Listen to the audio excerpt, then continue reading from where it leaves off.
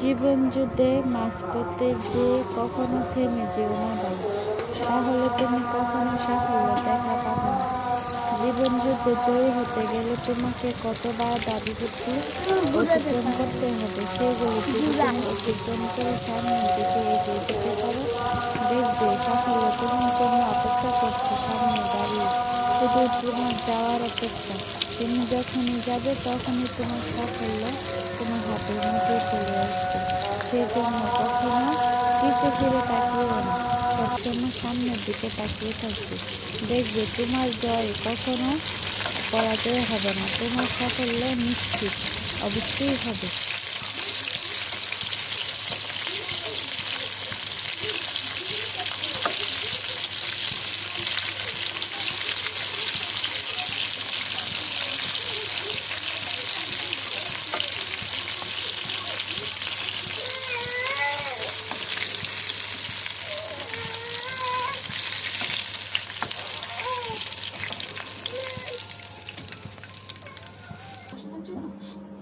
আমি তো এর আগে কখনো দেখিনি।